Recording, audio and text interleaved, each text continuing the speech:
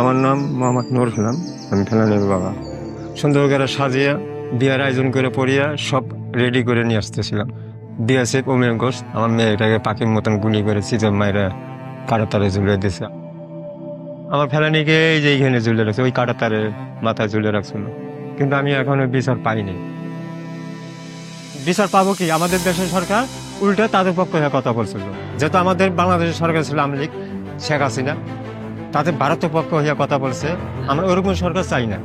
আমরা চাই এরকম সরকার যে আমাদের পক্ষ হয়ে কথা বলবে, যে কোনো বিচার চাওয়ার সাহস করতে পারে। আসেন, সামনে নির্বাচন, ভোট দিয়ে আমাদের ক্ষমতা বুঝে নেন। এই নির্বাচনে কে জিতবে?